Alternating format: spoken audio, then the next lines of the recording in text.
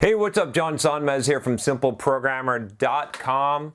So I got a question here that I'm going to answer in sort of a weird way, because I'm going to pick this apart and not talk about the specifics, as I often do. I often twist whatever questions I get to whatever purpose I want here on this channel.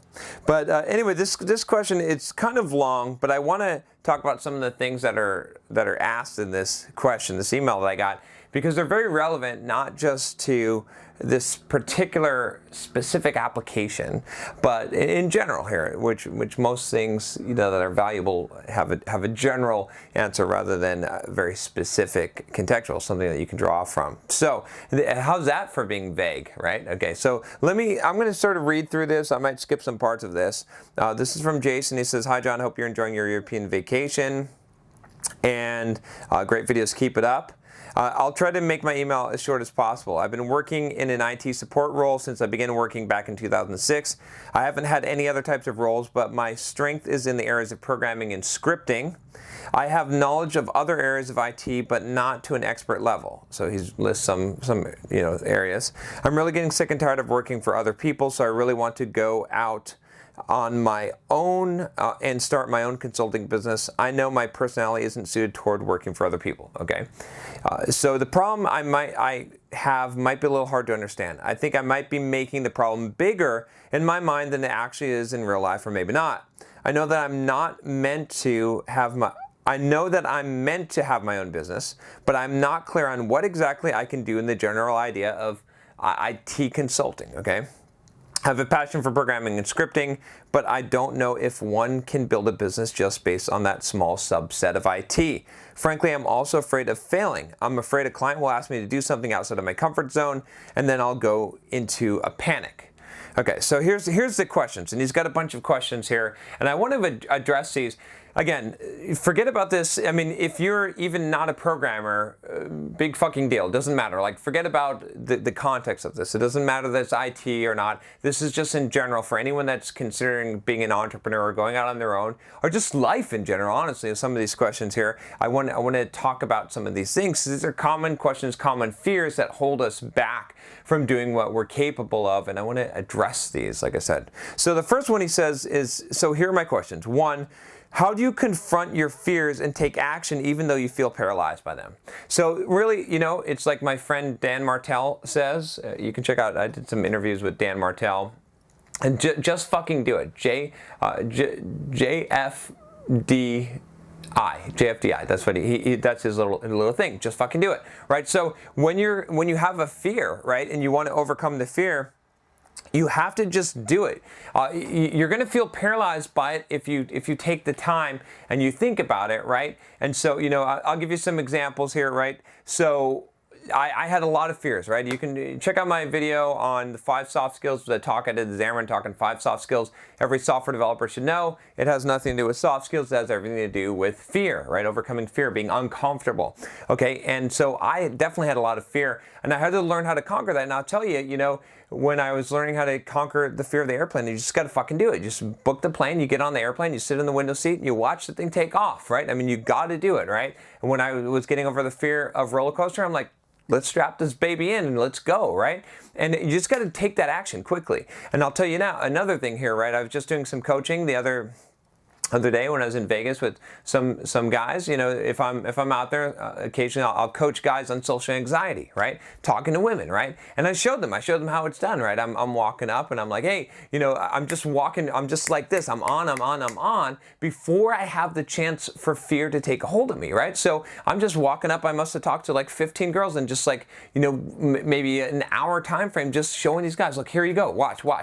And I just walk toward, right? I don't take the time to think about it. And so, again, I know this seems weird in this context, right? But I just want to give you the basic idea of how you overcome fear, right? Because if I let myself think about things too much, I'll be paralyzed by the fear. Now, I'm not saying make rash decisions all the time, especially when it involves your career and your life, but I'm just saying that in general, you've got to just take action, right? And you can always course correct. I always tell people it's so much easier to steer the car that's moving than when it's in the driveway parked. parked, right? You got to get the car moving. So get that car moving, right?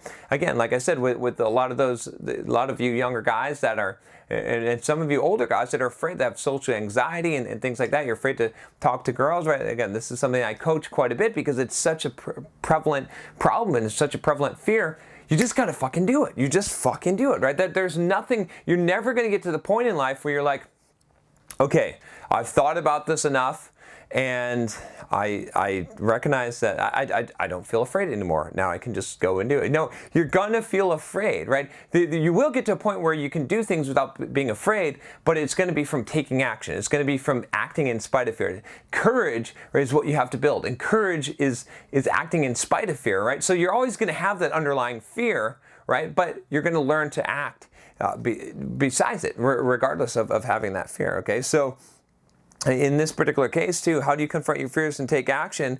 Even though you feel paralyzed by them, you do it. You just go out there, you say, I'm going to do this and I may fail, but failing is okay. Being rejected is okay. Messing up is okay, right? In so many cases, it's not the end of the world, okay? 2, do I need to build more IT skills before starting an IT business? Hell no, you don't need to. I mean, yes, you need to have skills, right? Don't be a charlatan, okay? I've got my little poster here where it's got charlatan, martyr, and hustler, if you're wondering. And it's got a scale of between talk and work. I love this little thing because, the charlatan is the person who's all talk, okay? And not very much on the work, right? So it's fat. It's a pyramid where the talk is the high part, right? And the martyr is all the work and none of the talk. The hustler is maximize talk, maximize work, right? Talking, also working, putting in what you need to put. But don't let not being ready hold you back, right? Dive in before you're ready. Jump in before you. The best way to become ready is trial by fire, baby.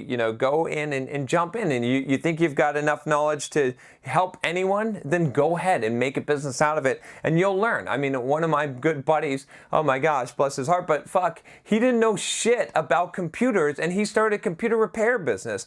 And I was like, you know what, dude, I'll help you, right? And he did it, and you know what? He went to people's houses and he charged them money, and he didn't know what the fuck he was doing, but he figured it out. He started studying. He's like, oh man, I got this problem. I couldn't figure it out, and he solved it. And then he actually became good at this and actually started making some pretty good money. It was embarrassing at first, right? But that's how you do it, right? I mean, don't worry about this shit, okay? I mean, the path is going to be hard, right? The rewards are good when the path is hard. So it's going to always, you're going to be afraid and you're never going to be ready. So you just got to go, okay? And you will become ready and you become courageous by doing that. Number 3, as a business owner, are clients expecting that I know the answer to everything, or is it that I just need to know who to contact to get certain things done? My answer to this question is who cares? It doesn't matter, right? A client maybe expects that you know the answer to everything. I think realistically a client doesn't, but it doesn't matter. The thing is, like, you don't know what problems you're going to face until you face them, but you figure out how, right? Sometimes you're going to have the knowledge. Most of the time you're going to look it up. Sometimes you're going to turn to someone else. It doesn't matter. You're going to have to become resourceful, and the way you become resourceful is being put on the spot a lot of times, right? A lot of the stuff that I teach, a lot of the coaching that I do, a lot of it, I end up getting put on the spot. I'm like, fuck, I don't know the answer to this question, but I figure it out. I'm like, well, okay, so let me think about this. Let me see, let me try something. Let me do something. Let me ask someone, right? Let me research. But that's how you do it, okay? Is that you're not going to know. So it doesn't matter if clients expect to know the answer to everything. You can't possibly, but you can still sell it, right? You can still sell it. Like, don't come in here unconfident. Don't come in here and pretend like you don't know the answer to everything. I mean, have some humility, of course, but you got to be the person that says, you know what? I have the solution for you. You can't be humble. You can't be humble to the point of being timid, where you say, you know what, I hope I can help you, but I'm not really sure. Like, I'll try to do my best, and if you hire me, I might not know the answer to everything, but I'll try and find out. Fuck that. No, I'm your man, okay? I'm your man.